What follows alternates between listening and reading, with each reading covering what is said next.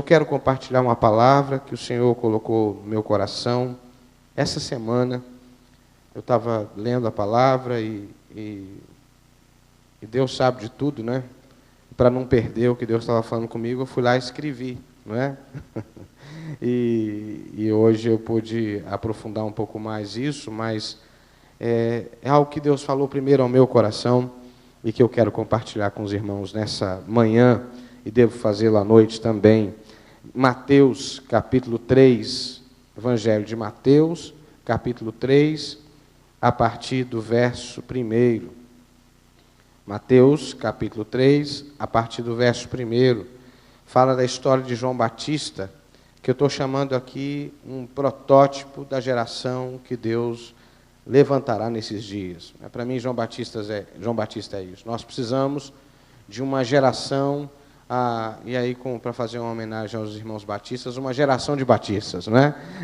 A gente precisa de uma geração de João Batistas que se dispõe a viver esse ministério profético. Tem batista aí que ficou feliz, né? Que se dispõe a viver o ministério profético, um ministério ponte, um ministério que prepara aquilo que Jesus quer fazer nos nossos dias. Mateus 3, mesmo assentados, nós vamos fazer a leitura. Diz assim: naqueles dias apareceu João Batista pregando no deserto da Judéia e dizia: arrependei-vos, porque está próximo o reino dos céus.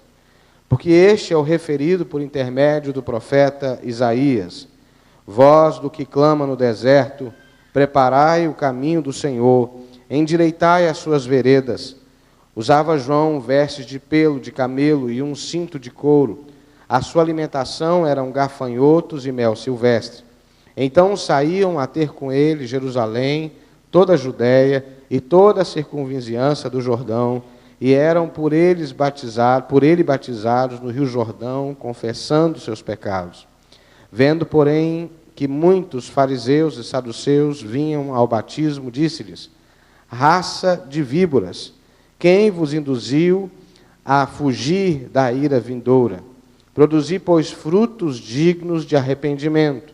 E não comeceis a dizer entre vós: temos por pai a Abraão, porque eu vos afirmo que dessas pedras Deus pode suscitar filhos a Abraão. Já está posto a raiz das árvores. Toda árvore, pois, que não produz bom fruto, é cortada e lançada ao fogo. Versículo 11. Eu vos batizo com água para arrependimento, mas aquele que vem depois de mim é mais poderoso do que eu, cujas sandálias não sou digno de levar. Ele vos batizará com Espírito Santo e com fogo. A sua pá ele tem na mão, e limpará completamente a sua eira.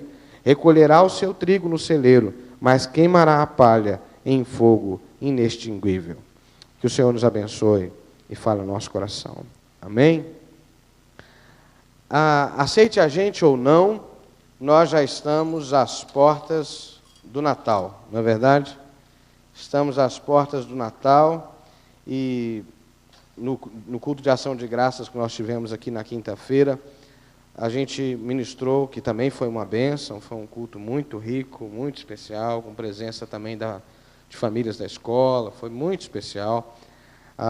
Nós falamos sobre a necessidade de a gente parar para celebrar os feitos de Deus, a gente parar para celebrar a colheita, o que Deus está fazendo, e ao mesmo tempo que a gente para celebrar os atos de misericórdia de Deus, a gente celebra profeticamente o que Deus vai fazer. Porque o povo de Deus não é um povo que anda por vista. O povo de Deus não é um povo que anda tateando. O povo de Deus não é um povo que anda por conta das circunstâncias. Não é? As circunstâncias hoje me mandam para cá, eu vou. Amanhã elas me mandam para outro lugar, eu vou. Não. O povo de Deus é o povo que antecipa o futuro. Que traz para hoje, e isso é escatologia, traz para hoje a manifestação plena de Deus. Aquilo que Deus quer fazer plenamente num tempo futuro, que não é futuro no nosso modo de ser, que significa depois de amanhã. Não é? Na Bíblia, escatom não tem a ver com futuro, tem a ver com plenitude. é um tempo pleno, é a plenitude dos tempos. Como Jesus diz em Mateus 28, eu vou estar com vocês até a plenitude dos tempos. E a gente que tem a mania de querer transformar o tempo de Deus, que é um tempo kairótico, num tempo nosso, que é um tempo cronológico. E aí a gente separa as ações de Deus como ontem, hoje e amanhã. E, na verdade, Deus não conhece essas divisões. Aquilo que parece hoje para nós, para Deus já é ontem. Aquilo que é amanhã é hoje. Porque, na verdade, na dinâmica de Deus, essas coisas caminham juntas. Então, quando a gente diz assim, Deus vai fazer, Deus já está fazendo. Amém, irmãos? Quando a gente diz assim, vai acontecer, já está acontecendo, porque de uma certa maneira a semente do futuro já foi plantada na nossa vida. Nós estamos sempre grávidos daquilo que Deus está fazendo. Nós estamos sempre grávidos daquilo que Deus está realizando, por uma razão muito simples. Da mesma forma que Deus disse a respeito de Abraão, acaso eu posso esconder do meu amigo Abraão o que eu estou por fazer em Sodoma e Gomorra?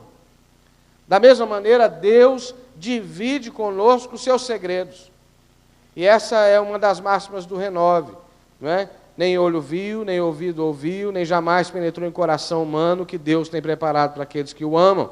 Mas Deus nos revelou. Ou seja, Deus se revela, Deus se manifesta, Deus traz hoje à luz aquilo que Ele está fazendo, aquilo que Ele quer fazer.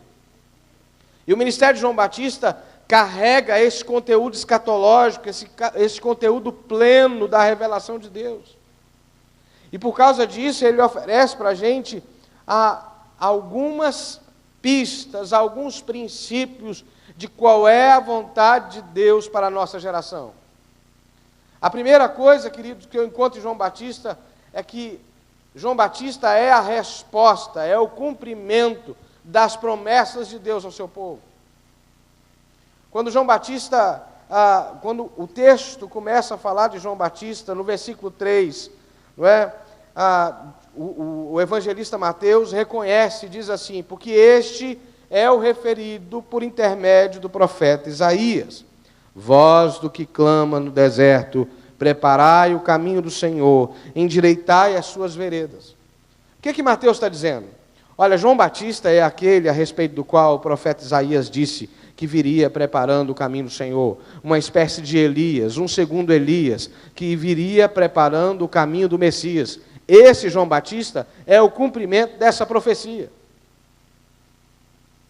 E João Batista, irmãos, não é melhor do que eu e você, apesar da Bíblia dizer que ele é o maior dos profetas, mas que o menor no reino de Deus é maior do que ele. É para você entender como Deus lida com essas coisas, porque maior no reino de Deus não tem a ver com tamanho, tem a ver com relevância, tem a ver com disponibilidade para viver o propósito de Deus, tem a ver com frutificação. Mas João Batista é o cumprimento de uma palavra profética. Nesse sentido, eu creio que nesses dias, Deus quer que a igreja, que eu e você, nos coloquemos como resposta, como cumprimento da palavra, como a geração, sabe aquela coisa que o profeta diz nos últimos dias, derramarei do meu espírito sobre toda a carne, não é? Lembra disso? Lembra? Os velhos sonharão, não é assim? É isso mesmo? Né? Os jovens terão visão, e sobre toda a carne derramarei o meu espírito. Está na hora da igreja dizer assim, é comigo, Jesus, eu sou essa geração que vai viver a plenitude da tua vontade.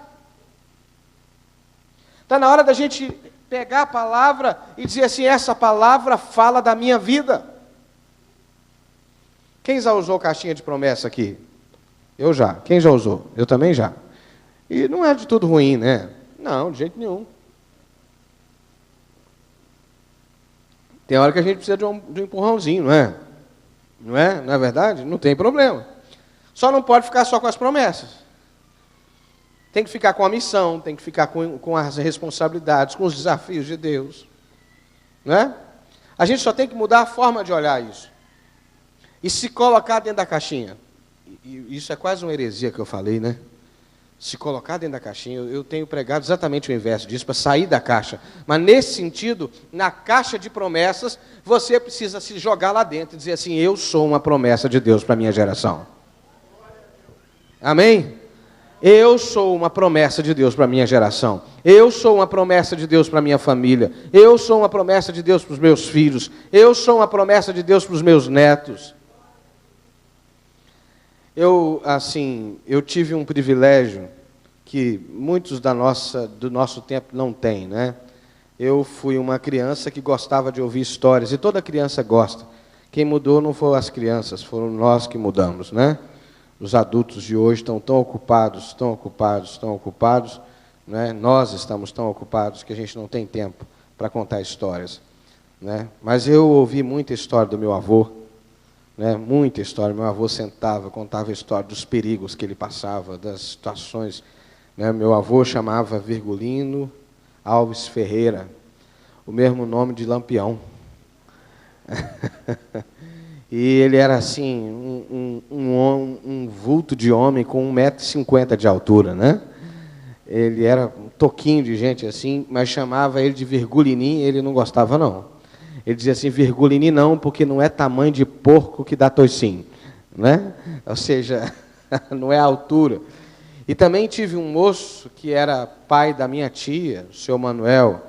O seu Manuel era um nordestino, né, paraibano, que morava lá na minha cidade, e era um contador de histórias. Seu Manuel me deu um canivete pela primeira vez, uma faquinha, né? Dessa coisa de me discipular para ser homem, para cumprir um papel. Seu Manuel fez o parto da cabra que estava lá em casa, o enterro dos cabritos que nasceram doentes e não deu. Seu Manuel me ajudou a entender os processos da vida. A gente sentava na calçada da casa dele e ficava vendo o movimento passar, que é muito típico dos nordestinos, né? Lá no Nordeste, dá uma determinada hora do dia, os idosos, o pessoal que já está em casa, põe a cadeira na calçada e fica vendo a vida, porque a vida precisa ser vista, precisa ser observada. Mas, num certo sentido, meu avô, seu Manel, pastor Lutero, a tia Dilma, que foi minha professora de escola dominical, né? A tia Dilma, minha professora de escola dominical, foi a primeira a me chamar de pastor. A primeira.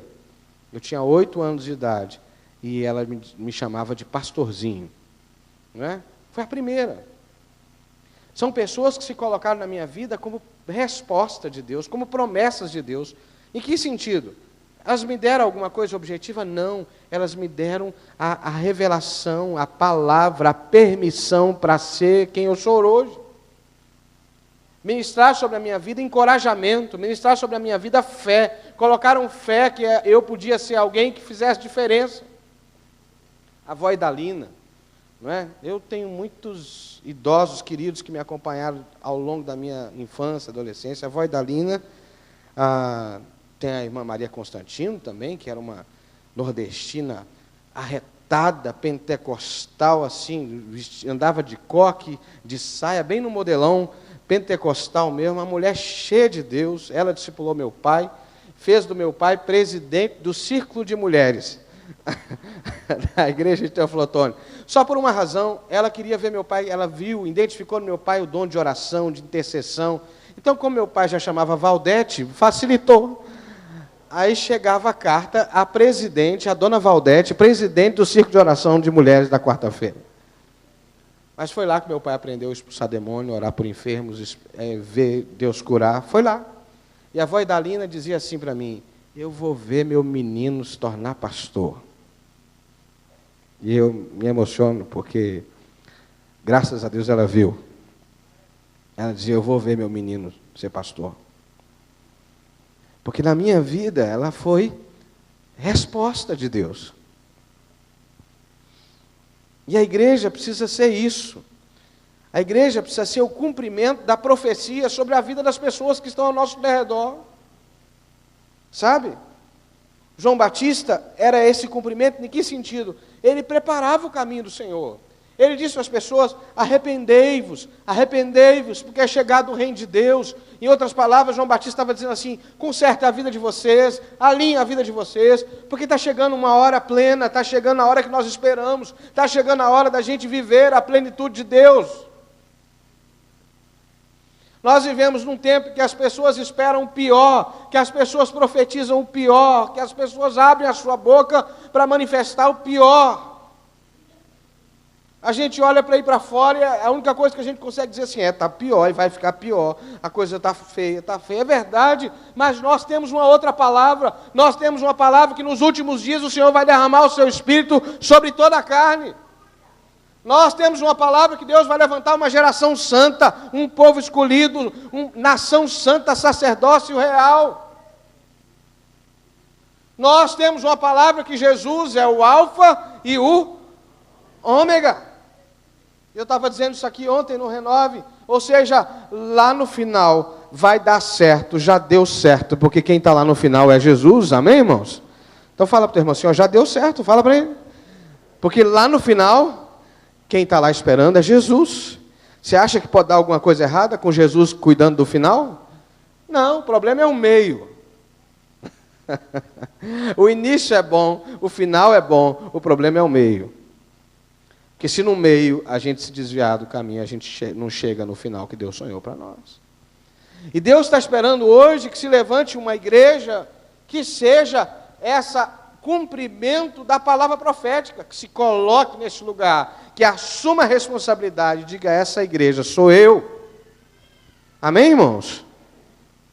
E talvez você não vai ser, e quando a gente fala disso, a gente logo projeta para as nossas estruturas religiosas, a gente logo projeta para pregar, né, para dirigir uma sala de escola dominical, para dirigir um louvor, para ir para a rua, fazer evangelismo e falar para milhares de pessoas.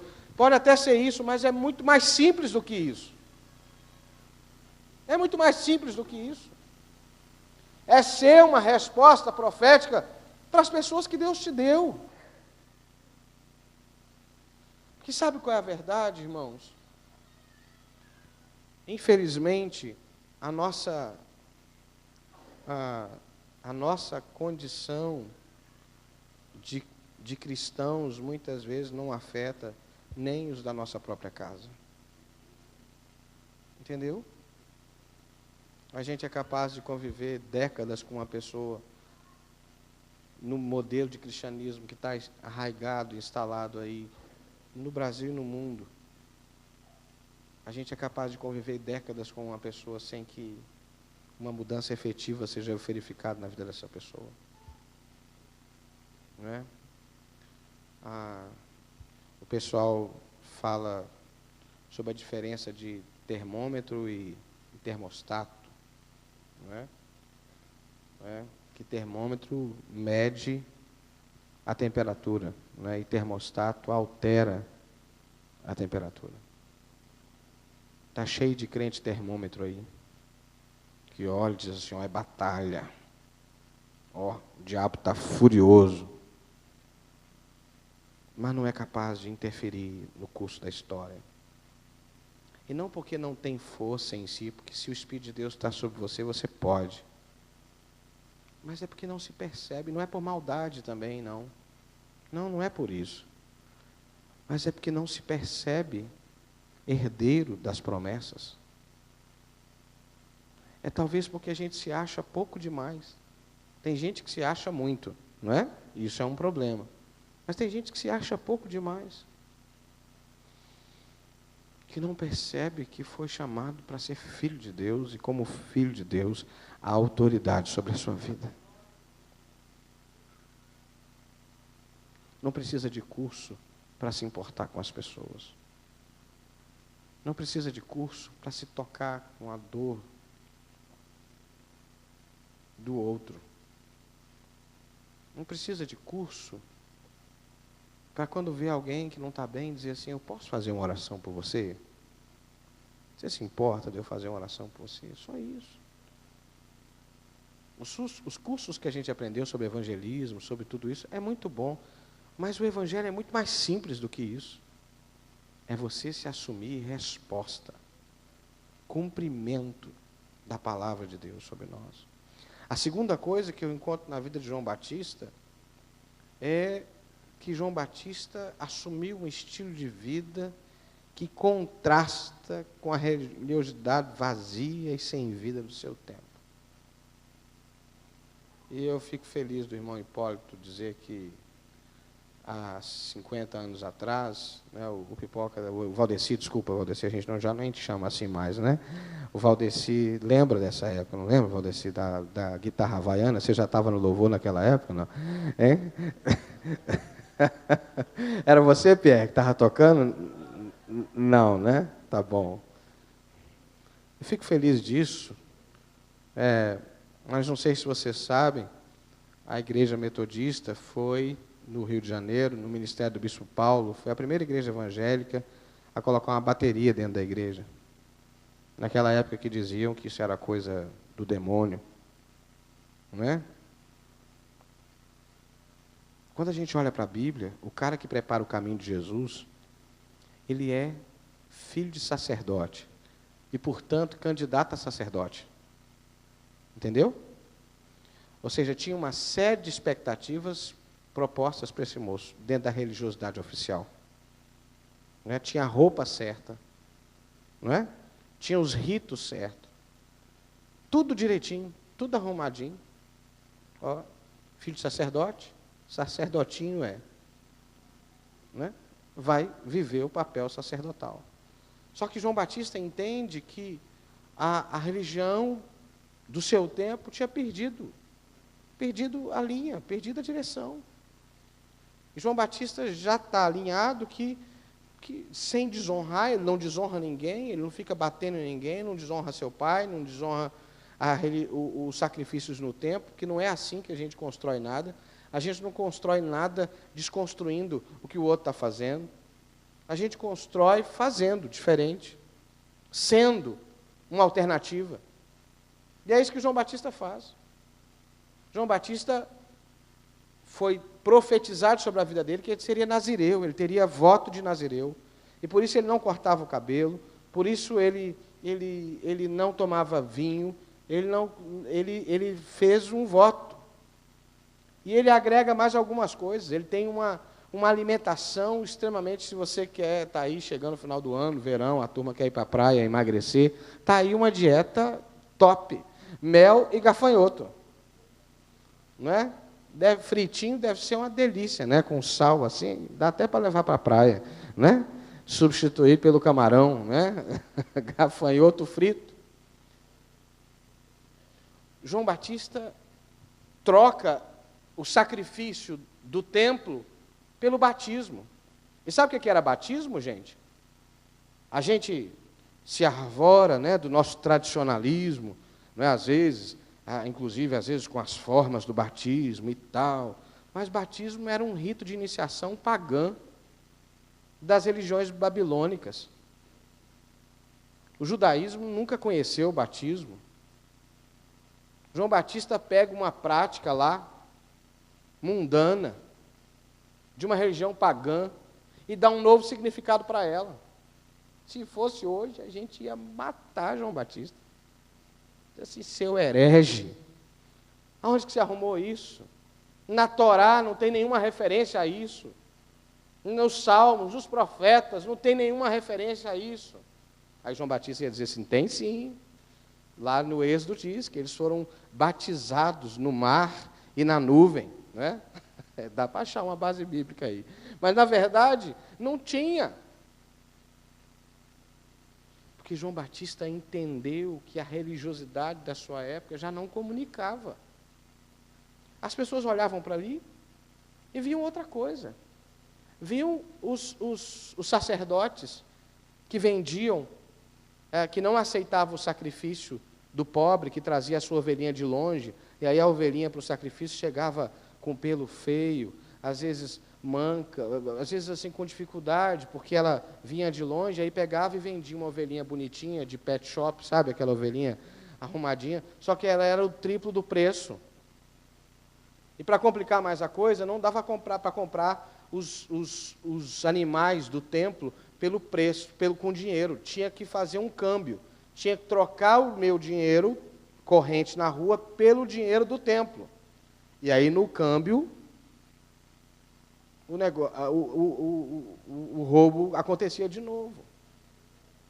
Entende? Quando as pessoas olham para a religiosidade daquela época, está misturado. Porque é da natureza da religião se corromper. É da natureza da religião se corromper. É por isso que quando Jesus vem nessa terra, ele não funda uma religião nova. Entende? Jesus, ele fala de Deus, ele fala de relacionamento com o Pai, ele revela o Pai. Nós é que somos mestres em forjar e formatar religiosidade. Porque Deus não se move por isso. Quando Davi quer construir o templo e dizer assim, eu vou construir uma casa para o Senhor, Deus diz assim, Davi, presta atenção, meu filho, você não vai construir casa para mim, porque eu não posso morar em casa construída por mão de homem. Você pode fazer um lugar de oração, querido, mas não é nem você que vai fazer, porque a sua mão está cheia de sangue. E você pode fazer uma casa de oração, e aí toda oração que for feita lá, eu vou ouvir. Eu tenho um compromisso com vocês, por conta da minha aliança com vocês. Mas quando Deus dá a Moisés uma referência de religiosidade, sabe qual é a referência que ele dá? É uma tenda. Como é que é a tenda, gente? A tenda tem alicerces fundos? Tem?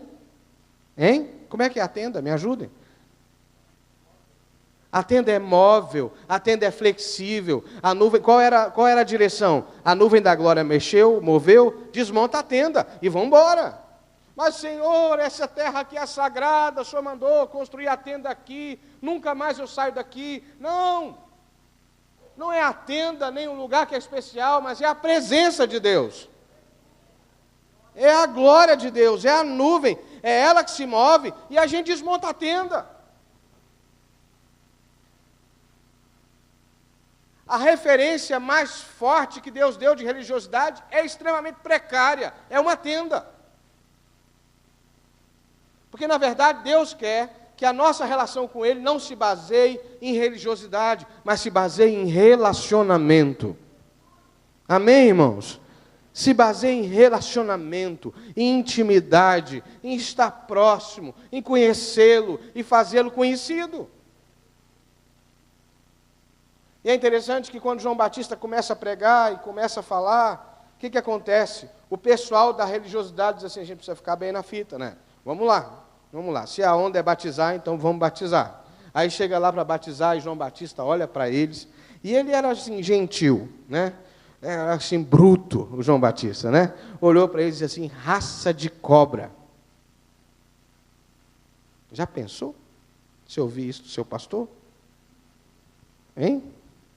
É quase dizer assim, filho do cão. Quem te induziu a fugir da ira vindoura? João Batista fica muito indignado. Não é porque ele era grosso, não. Mas é que, na verdade, aquele pessoal, acostumado com a religiosidade, eles querem ficar bem, entendeu? Porque a religiosidade serve para isso. Ela me deixa bem. Ela me coloca num lugar de conforto. Eles querem ficar bem, então eles querem ser batizados, para dizer assim, ele também foi batizado por João Batista. Mas não precisa mudar de vida. Entendeu? É só aparência. Não tem verdade. E aí João Batista fica muito indignado. Porque ele diz assim, vocês estão ouvindo a mensagem? Vocês estão ouvindo? E vocês continuam no mesmo erro. É isso que ele está dizendo para eles. Quem induziu vocês a fugir da ira? Produzam, pois, frutos dignos de arrependimento. Produzam, pois, frutos dignos de arrependimento. Uma forma atual de fazer isso é que se estereotipou, por exemplo, nos nossos dias, que quem está em comunhão com Deus é alguém que levanta a mão, é alguém que faça isso, faça aquilo, não é? A gente sabe que existe uma ideia fixa nisso, não é? Ou alguém que diga, eis que te digo, não é? E tal. Aí eu começo a fazer toda a coreografia espiritual, mas não tem mudança de vida. É a mesma coisa. Entendeu? Ou então o oposto disso. Símbolo de compromisso com Deus é eu conhecer a Bíblia de capa a capa, saber o endereço, o CEP, o CPF de cada autor da Bíblia, de cada escritor da Bíblia e tal, e eu cito de maneira eloquente, mas também não tem mudança de vida. Como o irmão Hipólito disse aqui, o diabo conhece a Bíblia melhor do que a gente. Entendeu? Na verdade, o que João Batista está rechaçando é essa religiosidade, que tem aparência de vida com Deus, como diz a palavra, né? Tem aparência de religião, mas, na verdade, o coração está longe de Deus. Essa geração que vai marcar é uma geração que está pronta a montar e desmontar a tenda, que entende que as estruturas são temporárias, são flexíveis, são precárias. O que é eterno é a nossa relação com Deus. E nisso a gente investe. Nisso a gente põe a vida. Amém, irmãos? Nisso a gente põe a vida. Você quer ver um exemplo claro disso? Eu não demoro mais. Pai e avô. Não é? Como é que é? Quando a gente é pai de primeira viagem, não é? Especialmente de primeira viagem, a gente tem e eu já fui pai de primeira viagem, né? A gente tem um ideal de paternidade estabelecido na nossa cabeça, que a gente fez ao longo da vida. E os filhos mais velhos, quem é filho mais velho aqui? Quem é filho mais velho? Eu sou. A gente sofre um cadinho, né? Porque a gente é a cobaia dos pais, não é? Todo filho mais velho é meio que cobaia, né? E aí a gente tem uma expectativa de paternidade, a gente vai, tenta fazer direitinho, e na maioria das vezes, salvo algumas exceções, a gente põe peso demais na vida das crianças. E os avós, que já passaram dessa fase, o que eles fazem? Bagunça tudo, né? Não é assim? Os avós bagunçam tudo. Né? Teve uma vez que, por exemplo, vou dar um exemplo claro aqui da minha vida para não falar de você. Né? Eu aprendi, estudei que a criança tem que aprender a dormir na cama dela, porque isso ajuda ela a estabelecer segurança, autoestima. Ela precisa fazer esse descolamento, né? É muito importante, é sério, é verdade. E um dia minha mãe viu eu insistindo com as crianças, falei, não vai dormir aqui, porque na verdade é assim, começa eu e a Ângela, daqui a pouco a cama já está, né? Eles chegam. Minha mãe falou assim, meu filho, passa tão rápido, daqui a pouco eles não vão querer dormir na cama. Como quem disse assim, aproveita. Aí eu tenho que fazer uma dose, né? Um balanço, né? Nem tanto ao céu, nem tanto ao mar, né? Não dá para dividir minha cama com mais, né? Não, a minha cama é a minha cama, a cama deles é a cama deles. Mas nem tudo é tão assim, estanque, como parece. É disso que eu estou falando. Flexibilizar a religiosidade é entender que o relacionamento com Deus é o mais importante. E porque ele é mais importante, pode ser que alguns dos fundamentos que eu estabeleci precisam ser revistos. Entendeu? Eu me lembro, deixa eu contar isso rapidamente. Na época dos encontros de avivamento na igreja metodista, né? Você sabe que existe xiita e chato, né? Eu era um chato, né? Assim, a gente foi para o encontro de avivamento, e aí, naquela época, olha para você ver como eu já fui conservador, né? Para você saber que tem jeito, né? Eu era líder dos adolescentes, eu era presidente da sociedade de juvenis da minha igreja. Eu fui presidente pouco tempo. Na verdade, eu não dei conta e me tornei assessor da diretoria lá. Eles criaram um cargo só para não me perder. Né? Porque eu fui eleito muito cedo, muito novo, e não sabia o que fazer. E eu sei que uma menina chamava Daniela, e eles foram para o encontro de avivamento, e ela começou a dançar no louvor, e dançava, eu olhei para ela e falei assim, olha, pode parar com isso. Dançar é só no espírito. Ou seja, eu estava dizendo para ela assim, é só se o espírito te pegar e te fazer dançar, aí que você pode. Fora disso é carne. Eu falei para ela, cheio de mim. Para completar, no domingo seguinte, ela estava dançando no espírito na igreja, e eu que tive que segurá-la. E lá foi no espírito mesmo, na igreja. Foi um negócio até bonito, né? ela recebeu a presença do Espírito e começou a dançar na igreja e tal. Mas onde é que está escrito que não pode dançar? Que religiosidade besta é essa? De que eu posso adorar a Deus e não posso me movimentar na igreja, não posso... Não é que é isso? Eu não posso se eu não quiser, não é? Precisava ver o pastor Guto dançando aqui ontem, dá uma beleza. É ele, eu e o pastor Hélio. O pastor Hélio parece uma vassourinha, está varrendo assim. Né? A gente não aprendeu isso, né? O meu filho dança muito, porque dança aqui no hip hop, mas eu não sei dançar nada. Quando a gente começa a querer dançar, paga mico. Não é? Mas nós somos livres, irmãos, amém? Fala com o teu irmão, você agradece a Deus porque você é livre. Nós somos livres. E para terminar, irmãos, me chama a atenção na vida de João Batista. E isso fala daquilo que eu falei no início. João Batista tem uma expectativa eminente de um avivamento estrondoso que Deus tem para fazer. João Batista diz assim: eu batizo vocês com água, mas quem vem depois de mim batizará vocês com o Espírito Santo e com fogo. A sua pá ele tem na mão e ele vai limpar a eira. Sabe o que João Batista está dizendo, irmãos? Está dizendo assim: olha, eu estou aqui batizando vocês com água, mas vem depois de mim aquele que é poderoso para fazer infinitamente mais de tudo que nós pedimos ou pensamos, e ele vai derramar fogo sobre a nossa vida, ele vai limpar a eira, ele vai limpar a vide, e vai chegar o tempo pleno de Deus. É interessante que João Batista permanece humano, não é? Mas permanece com a expectativa, porque depois disso ele é preso, lembra? Mas lá na prisão ele manda perguntar a Jesus: Jesus, é o Senhor mesmo ou nós devemos esperar outro? E o que Jesus fala para ele? Fala para João que os cegos veem, os surdos ouvem, e aos pobres é anunciado o reino de Deus. Ou seja, fala para João que aquilo que ele pregou está acontecendo. Fala para João que o avivamento chegou. Fala para João que o reino de Deus está entre nós. Sabe, irmãos, a gente como igreja precisa elevar a nossa expectativa. A gente precisa elevar a nossa expectativa. O máximo que a gente espera, às vezes, é que o culto termine ao meio-dia e que a palavra seja palatável. Entendeu? Esse é o máximo da nossa expectativa. Tomara que o pastor hoje não esteja empolgado. Depois de renove, normalmente ele fica empolgado e vai embora. Sabe?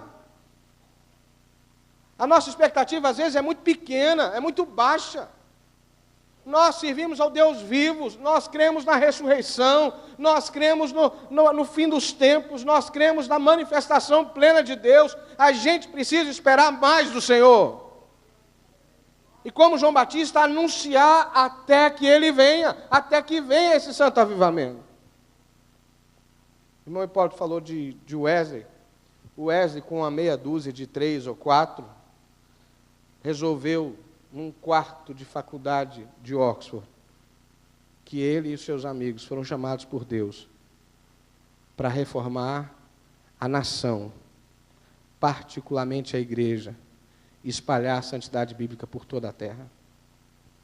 Qualquer um que ouvisse esses jovens falando isso ia chamá-los de pretensiosos, desconectados com a realidade, alienados. Quem você acha que é para mudar a nação, reformar a igreja? Você, rapaz, nem saiu da fralda ainda.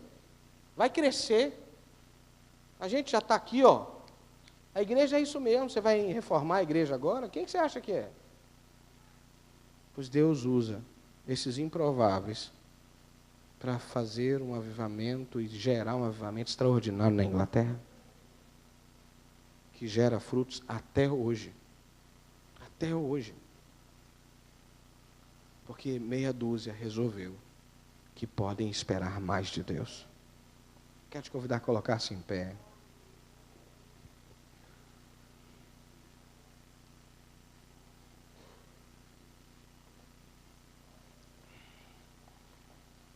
Queria te convidar a dar as suas mãos à pessoa que está próxima a você, se isso não for incômodo para você.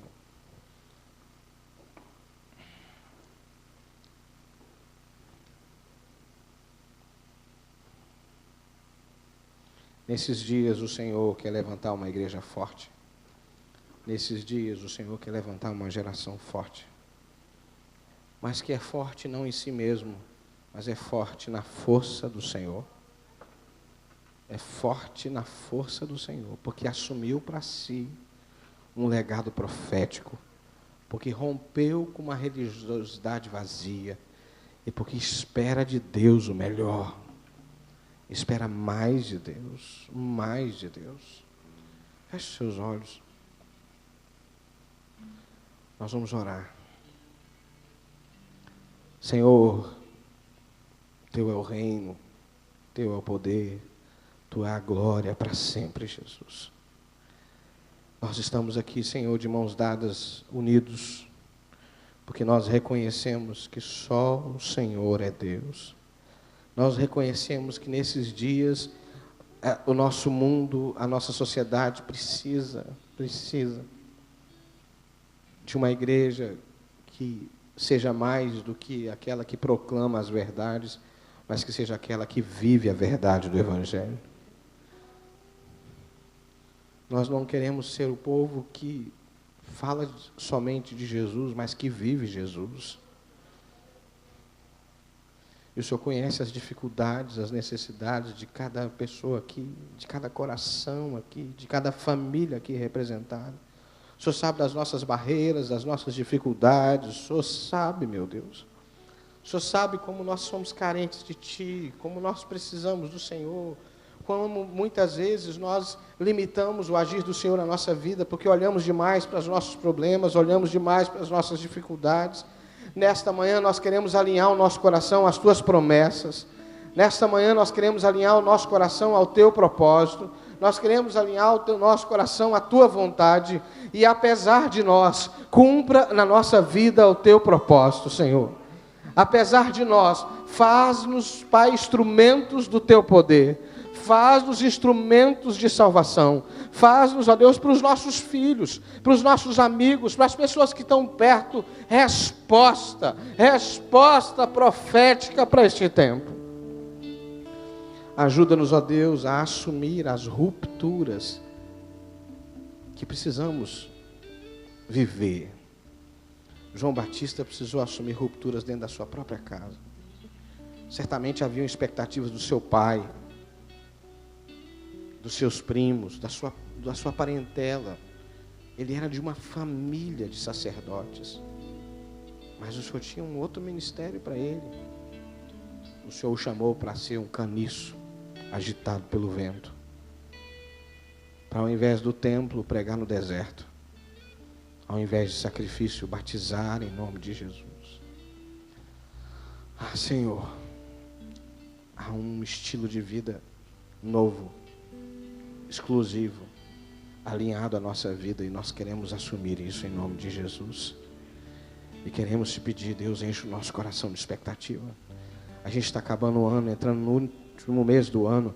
Enche o nosso coração de expectativa. Nós não vamos nos encher da depressão, da tristeza que está aí fora, ó Pai, do sentimento de pessimismo, de prostração, de caos. Não, nós profetizamos o melhor. Nós cremos que Deus, o Senhor vai levantar a sua igreja na cidade de Petrópolis, no estado do Rio de Janeiro, no Brasil. O Senhor pode e vai mudar a realidade das coisas. Porque tem homens e mulheres de Deus nessa terra. Quando o Senhor estava por destruir Sodoma e Gomorra, o Senhor disse a Abraão que se tivessem 10, apenas 10, uma vida que ele pudesse contar, ele não destruiria Sodoma e Gomorra. Então nós estamos aqui, nós não seremos destruídos pela corrupção lá fora, nós não seremos destruídos, nós estamos disponíveis pelo Senhor e para o Senhor. E pedimos que o Senhor nos abençoe, que o Senhor nos dirija e nos leve a ser essa igreja em movimento, essa igreja viva, essa igreja dinâmica, essa igreja transformadora que a nossa cidade tanto precisa, que a nossa família precisa, que os nossos filhos precisam.